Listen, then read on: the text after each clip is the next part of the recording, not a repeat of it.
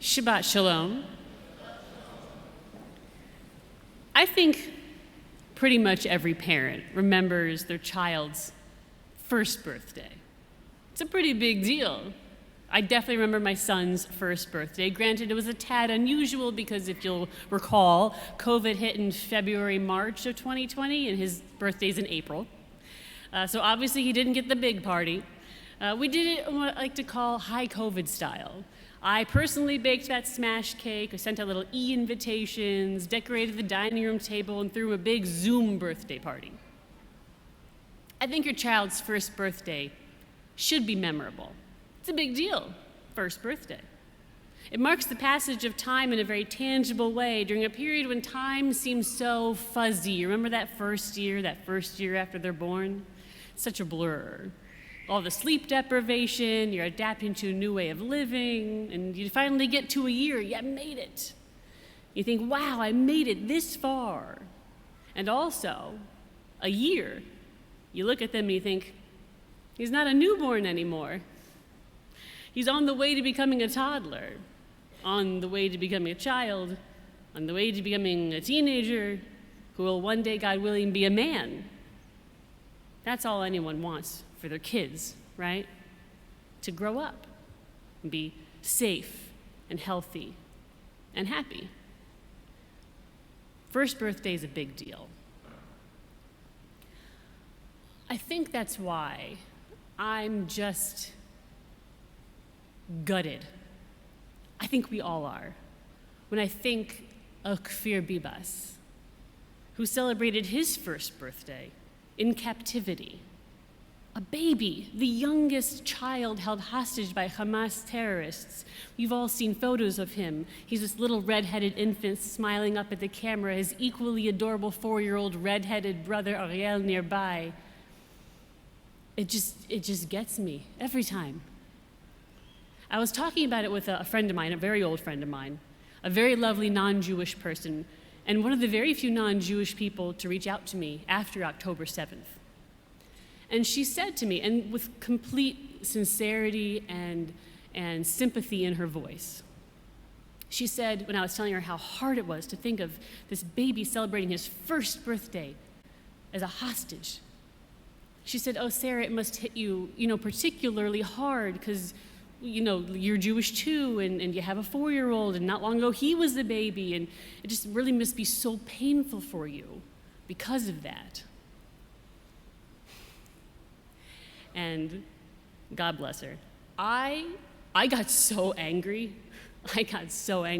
Because no, I'm not outraged and furious and so indescribably sad. Because I'm a mom, a Jewish mom, because I'm a human being. And every human being should be outraged that a baby was taken hostage by a terrorist group contravening every rule of engagement, every law of war. And it feels like no one cares but us. In what kind of a world does society equivocate about this kind of a thing? Well, you have to understand the context. What's the context? The context for kidnapping babies? Or worse? Where is the international outrage that the Red Cross, ostensibly an international humanitarian organization, can't or won't check on him or any of the other hostages? Why does it feel like that's a conversation that very few people are having? All of this makes your just very soul want to scream, and it's hard 90 plus days on for your soul to keep screaming. It's wearying to read accounts of children who were returned, the medical professionals in Israel who are treating them, to hear interviews with their family members of what they went through, and to watch the world move on and how quickly it moved on. As if the suffering of one group of children could take precedence over that of another, as if the suffering of any child, regardless of who they are or where they're from, is not by nature completely intolerable to the human soul. The suffering of any child is a travesty. Full stop. But what do we do with all of that? More than 100 of our brothers and sisters, men and women and children, are still being held hostage by Hamas or their thug buddies. Hundreds of Israeli soldiers have died in this war. An entire nation is stuck living as though October 8th never came. And Jews worldwide, from Europe to Africa to right here in America, are actually having to adjust to life more reminiscent of 1930s Germany, with the vandalism and the harassment and the anti-Semitism. How? How is it ever going to get better? Looking on now, 90 plus days later, our very souls cry out for the world to see us, for God to see us. But so often, 90 plus days on, it feels like we're just screaming into the void. And no one else is listening. And no one else cares. And feeling that way, you can't help but ask yourself, how? How can this ever get better? There's a famous story in the Torah. We actually read it today. We read the story where Moses is in the desert, he's tending to his flock, and suddenly he sees there's a thorn bush, a sneh, it's on fire. But there's something a little odd about this bush. Hasneh bo'er ba'esh, the bush was all aflame. V'hasneh einenu buchal, but the bush did not burn up. Of course, this is no ordinary bush, no ordinary fire. The Torah tells us that when God saw Moses had turned to look at the burning bush, God called to him, Moshe, Moshe, Moses, Moses. Vayomer hineni. Moses said, here I am. And then they have the conversation that will change the course of Jewish history forever when God convinces Moses to be the man, and he agrees, to lead the Israelites out of bondage in Egypt to freedom in the promised land. One of my absolute favorite medieval rabbis, an Italian guy named Sforno, makes a comment on this very event that I never paid any attention to. Well, not before. He says, in fact, this is a very natural phenomenon, that when someone wants to purify something that is impure, one extends a helping hand to them. Meaning that if you want to right a wrong, if you want to fix a problem, you don't just go and fix it yourself. The way you make it better is by reaching out to someone for help, and together you go the distance. Sforno is reminding us, the Torah is reminding us that Moses did not bring about the salvation of the Jewish people all on his own. He couldn't do it. And God didn't do it alone either. It was only by one calling out for the other and the other heeding that call. That's how our people gained freedom in the Exodus story, and that's how we're going to do it again.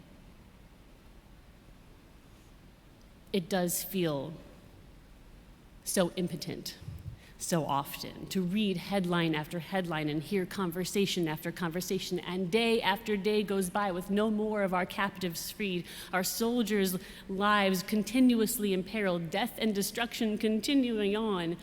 I have never identified more with the Hebrew slaves captive to the Egyptians in the Exodus story, who cry out to God in anguish for 400 years for their freedom. But the Torah is trying to teach us, desperately imploring us to remember that the way forward is to move forward together, to never stop trying, to be like God and call out, Moshe, Moshe, and Moses answering, Hineni, here I am. We must reach out to one another for comfort and to feel safe in community. To our non-Jewish friends and family, to thank them for their love and support, to answer well-intentioned questions, and to remind them that for us this is not over. Reach out to our members of Congress. They are assailed daily by the pro-Hamas crowd, under terrible pressure to just give up on Israel and baby Kfir Bibas and the others. I would even say to the few celebrities and public figures who use their platforms and risk their livelihoods standing up for the Jewish people at a time when anti-Semitism is so terribly in vogue. We must reach out To our brothers and sisters in Israel, the ones we know, to remind them that the world has not moved on, not all of us. Their fight is our fight. Am echad, we are one people. Ganze mishpacha, a whole family.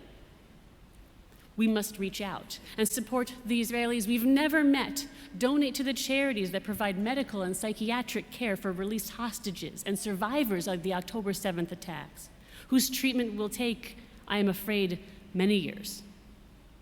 Donate to the charities that support the Israeli soldiers who are fighting a war that has gone for so long and may yet go on longer. American Jews have proudly and strongly supported Jewish soldiers in Israel since before the formation of the modern state. We're good at it. Let's keep being good at it.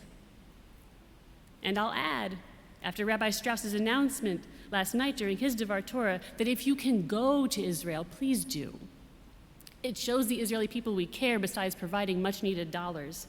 It shows them we care so much that we're willing to put our own lives on hold to go be with them, to sit with them, to work alongside them in the greenhouses that have been abandoned, in the fields, assembling supplies for refugees and survivors, those displaced along the Gaza border. It means so much to them. Baby Kvir didn't get to have the first birthday that he deserved. But we are able to help him and the others. Behind me, in our holy ark, our Aron Kodesh, there's a beautiful mosaic. I don't know if you paid attention to it, not enough, so you will soon during Eleni. They'll open the ark doors, you'll see. But there's a beautiful mosaic of a bush on fire, and it doesn't burn up. It even says, Hasneh einenu yuchal. The bush was not consumed. Taken from the Torah portion we read this very day. A reminder that we are not helpless. We don't need to fix all the problems. We just have to reach out to others to support them, to take the support offered by others.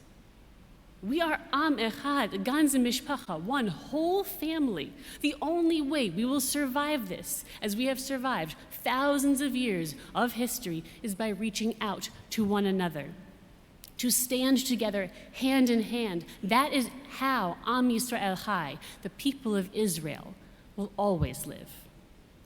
Shabbat Shalom.